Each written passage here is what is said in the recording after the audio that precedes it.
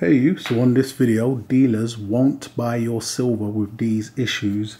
I'm going to be going over some situations, issues or scenarios where a dealer may reject your silver or won't buy your silver or give a different outcome than what you was expected on your silver. So if you like what you hear / see and you haven't done so already, please do go ahead and subscribe. And let me know if you've come across these types of scenarios or situations where there's been some type of an issue or you may have thought it would have been a straightforward process and it wasn't come time to sell to a dealer. So let me know down below any situations you could add or take away from this. So I'm going to give just a few things. I've been asked a few questions and even been told a few stories about some of the things I'm going to be mentioning, and then also give some things that I believe are a heads up that could help somebody come time to sell to a dealer. So I'll give, say, 6 scenarios or situations where you would have thought maybe a dealer would or wouldn't, or they would require a certain condition. That's going to mainly be what this topic and the theme of this video is going to be. So the first situation would be a dealer would reject your coins or not buy your silver if it doesn't come with a coin capsule. As you can see here, I've got a standard Britannia coin in a coin capsule. I've got a few like this so I can find them elsewhere and about. Now, I've been asked before if a dealer would perhaps not purchase the coin if it didn't come with the coin capsules, as they purchased some American Eagles that came with capsules, which they were surprised about. But, you know, they wanted to take the capsules and sell them on to a dealer, so would a dealer reject their silver? So from what I know and understand, and this is going to apply to dealers worldwide really, and if it doesn't, then you may want to switch the dealer you're actually communicating with at the time, is going to be if a coin, and this one I've been asked questions about coin capsules in the past as well. My thoughts on them are, do I use them? Would I recommend buying them in extras and like forth? What I would say to that is you've got coins that come with capsules. You know, a lot of the Perth Mint stuff, for instance, bar their extremely cheap bullion, the kangaroos, come encapsulated. But a lot of the Perth Mint stuff is collector coins. It comes under modern collector coins. It just is.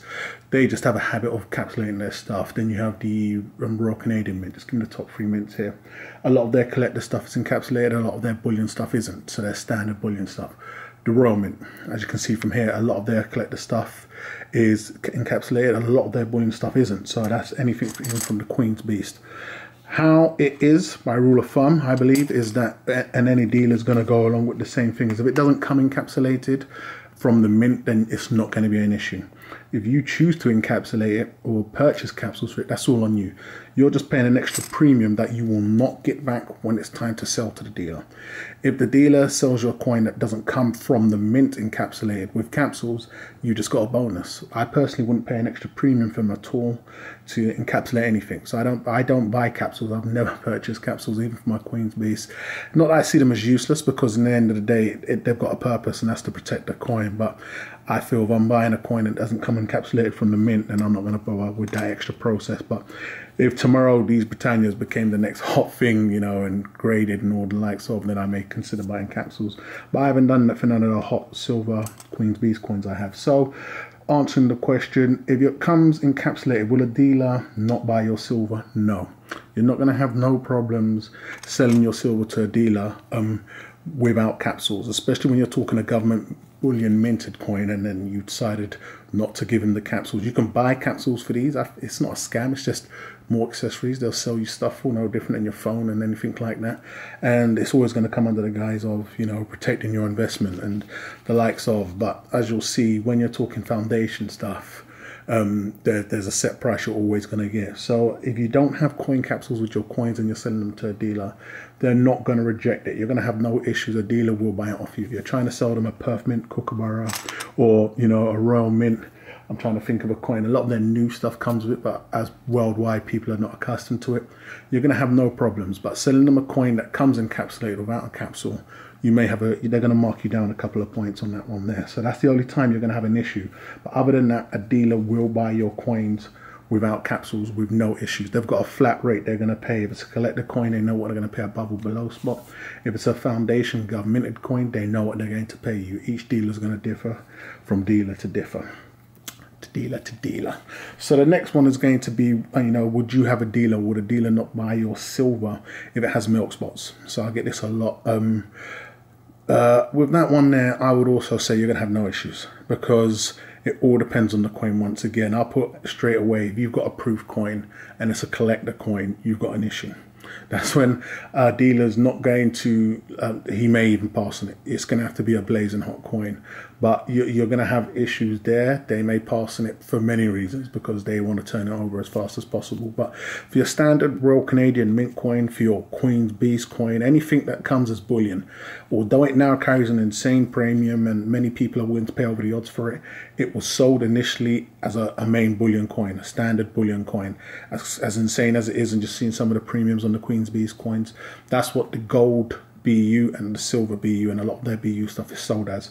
As is, with that comes the issues with the milk spots that they palm off as just standard. You know, it's bullion. This happens with bullion coins and the likes of. So if you're taking a dealer your milk spotted Canadian Royal Canadian Maples, or your milk spotted American Silver Eagles, your milk spotted Britannias, your milk spotted Queen's Beast coins, they're not going to turn them down. Now, if it is flooded, Frosty the Snowman, it still shouldn't be an issue. You know, you're dealing with a cutthroat dealer when they decide to start, I wouldn't say nitpicking, but pulling you up on something like that. Realistically, all they need to know is that it's real silver and it is what it is, and that they can sell it because there's a collector base for it, or they've got a good secondary market clientele base for that, and it shouldn't be an issue. So on anything, once again, if it's not a collector coin or a proof coin, there should be no qualms. You know, he's not going to be paying you a premium over spot or a big markup. So there should be no issue selling any type of gov-minted bullion coin. As you can see, I'd say, even give this a fine example, the coin here, as you can see, it's got spots all over it. You can see the condition of it, and you can see all the milk down there. No dealer should pick this coin up and go over it and say, well, look, you got some milk there, I'm going to deduct 1% off the overall price. I was like, no, you should have no qualms with that. You know, he could receive this coin as is from the mint and send it out to you, and it's just how it is. So this is why it works. It's a flat response to all. The dealers don't get these coins in this condition and send them back to the mint, because, you know, the mint will just stop sending them stock, because this is just what you have to accept, and then the dealer will send this coin out to somebody. Sometimes it's just that incubation period, you know, from when it gets to the mint, to the dealer, to you, and then the ticking time bomb, and you're the one holding the bomb, and it just starts flooding out. But no dealer should reject your coins or mark you down for giving them milk spotted coins, once again, unless it's high premium coin or from some type of mint. So, you know, so next one that, you know, would it be an issue, or would dealers refuse to buy your silver if they didn't come in the coin tubes supplied? So, you know, with the American Silver Eagles, Canadian Maples, and the Britannias, they come in these tubes from the mint. So this is different. They don't come in capsules, but they come in these coin tubes when you buy them as a whole. Oh, let me think now, are these 20 or 25? So let's just say 25. I know the RCAs and these, I believe, are 25 in a coin capsule, in a coin tube. So if you're buying 25 Britannias and they come in a coin tube, as is standard, you imagine these are all full, and then you go to sell the dealer 25 coins, is he going to require they come in this tube?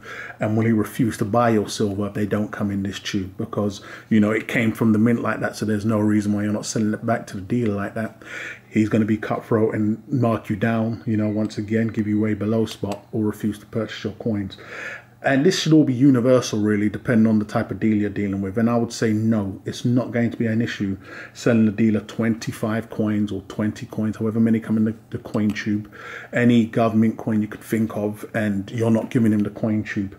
Why? Because dealers have coin tubes in abundance, and dealers don't necessarily always sell bang on 25 coins or 20 coins. So it's not going to be an issue. You know, no dealer should have an issue or, you know, refuse to purchase your coins because they came in the mint, or you purchased 25. If you imagine you purchased over a long period of time, you know, and then you eventually got to 25 and you was buying them as singles, you understand now. So it could be a scenario like that, and then you purchased a coin tube separately from one of these dealers that sell the tubes. So these are things that I don't know why someone would think it's an issue, but it's not, because you didn't necessarily purchase them as a whole in 25, and dealers sell them in singles. So it's going to be no issue whatsoever. If you have 26 coins, then what? You know, you're not going to give them 25 in the coin tube and then one loose. So that also will not be an issue. You know, you can take it to them, and if you have 25 spot on, you could hand it to them in a zippy bag if you wanted to. Once again, as long as it's the real deal Holyfield, then there's going to be no issues whatsoever when we're talking coin tubes. So the next one is going to be relating to coin tubes also. Again, just like a heads up on that one, and it's going to be, will you get a premium if you sell a dealer a sealed coin tube or a sealed monster box? So if you take the dealer a tube, a coin tube, and you believe it's, because this is just like an aftermarket seal, but with the Eagles and the Britannias, and I'm not sure about the Canadian mints, they come from the mint with a factory seal. So it's got a type of tape on it, and it's all fully sealed in the monster box. So you're going to receive a premium selling that to a dealer. Now I'm going to say no. Also, that's also not going to mean nothing. Why? Because the dealer's going to open that. Any dealer of worth is going to open, if you sold him a monster box fully sealed, he's not going to then take that monster box and sell it back out to the public fully sealed. He may need to break it down, but first and foremost, he needs to check it's authentic. So he's going to have to take it out if he's never done business with you before, your sealed tube that you cradled all the way till it was time to be sold, and do what you should have done, in my opinion, and just go over it. Especially if you're buying from the mint or an extreme deal you've done a lot of business with, but there's always still a chance anything can be wrong with it, and the dealer's going to take that risk into account also. So definitely check over them. So he's not going to take your fully sealed tubes factory sealed and just leave them factory sealed. If you've got a full monster box, he may go over a few. If you've got a fully sealed green American Eagle box, for instance, he's going to cut that tape and go through them. So there's no plus side to doing that there. You know, dealers need to check it's authentic, and you know, we'll get on to the next one in a moment. So them checking it means they need to open it. I don't advise anybody normally do that. I can understand the, you know, the ooh that comes with it. Like I've got a couple of sealed boxes I haven't got, and I've had many sealed boxes as well, but it's after I've done a lot of business with the dealer and felt I didn't need to check each and every time. But a dealer purchasing them from you, the only time a dealer's not going to check is when they receive them from the mint, and then they're able to send them out to you. So, you know, and they have that guarantee from the mint themselves, but they're not going to receive it from a customer, you know, unless you've done a lot of business with them and they trust you, and then not go over them. But, you know, a fully sealed and fully new means a dealer could technically sell it, depending on the VAT situation, as new, and then do a bit of an under the table deal. But there is no plus side for you selling to a dealer your tubes unchecked. It's always wise to go over them, you know, just for sake's sake, especially if you're not buying from a reputable dealer or buying off of eBay or something like that. So next is going to be a situation a gentleman was telling me about, and it was that he sold a fake sovereign to a dealer. And the story was funny at the end, because I'd asked him how he was sure that the sovereign was fake, and he'd done a couple of tests I've never really done myself. So he said he'd weighed the sovereign. I think he'd done the specific gravity test, one where you dip it in water and the likes of, teabag the coin. Then he had also, so he'd weighed it. He'd done the specific gravity test. I can't remember what else. I think he's done some type of a slide test, I believe he was mentioning. And he was adamant that the coin was fake. So what he'd ended up doing was selling the coin to a dealer, and the dealer took the coin, accepted the coin. But the funny side was he then started questioning the dealer's integrity and whether the dealer was now selling genuine goods. So what I was saying to that, I would never know, because I never saw the coin. I don't know his means of checking the coin. But what I would say is any dealer of worth, once again, is going to have means on how they check coins. You know, the majority of dealers have the XRF gun. That's that gun that damn near costs $25,000+, and it sends an X-ray through, so they can check that. That kills all. They also have the acid tests and all other means of tests, but most dealers are going to do that type of test. If it wasn't fake, I would say, especially if we're talking something like a sovereign, you can have situations where it's worn down. I don't know what the age or the year was, and it could be an odd weight, who knows. But, you know, a dealer is going to obviously reject your coin if it's fake. Mistakes do happen. You know, I've heard of reputable dealers sending out fake coins before, so mistakes do happen. They may have a lot on their hands that day and just lack when they're doing certain tests. But yes, a dealer will reject your coin if it's fake, and that was the moral of this one here.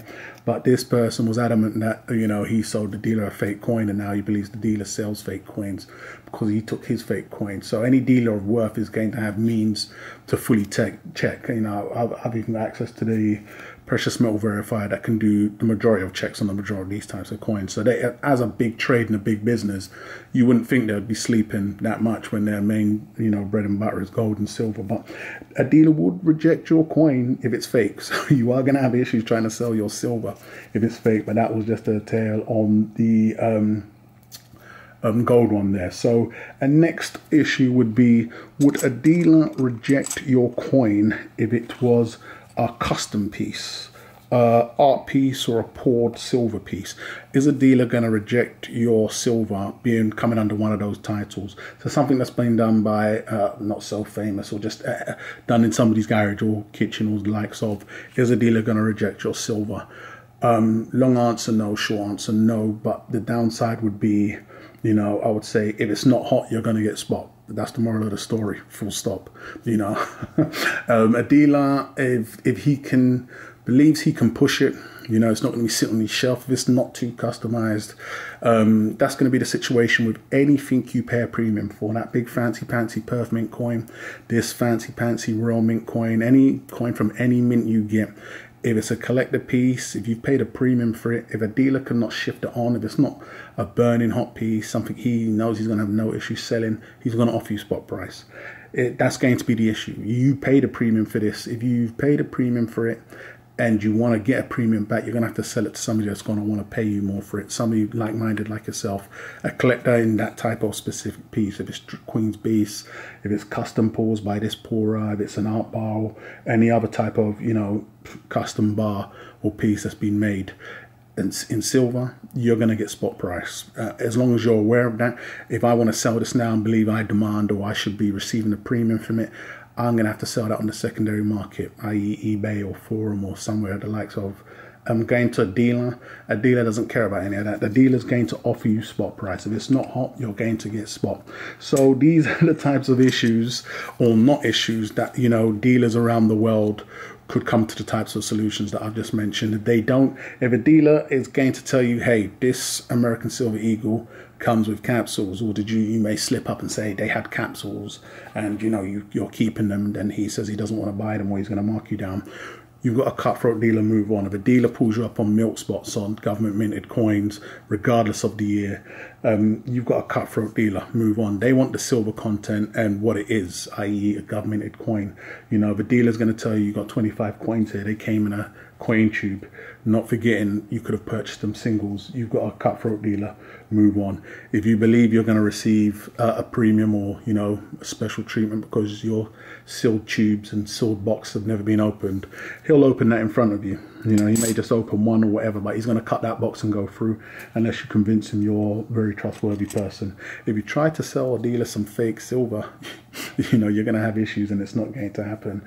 And if it's a custom piece, i.e. a poured silver piece or an art bar or anything of the likes of, the dealer's going to offer you spot price for it. So if you paid a premium from it, you're better off selling that on a secondary market. So those are all the issues and non-issues that you should have when it comes to dealing with dealers. So let me know if you can add or take anything away from that. Once again, go ahead and subscribe if you haven't done so already, and I'll catch you guys on the rebound.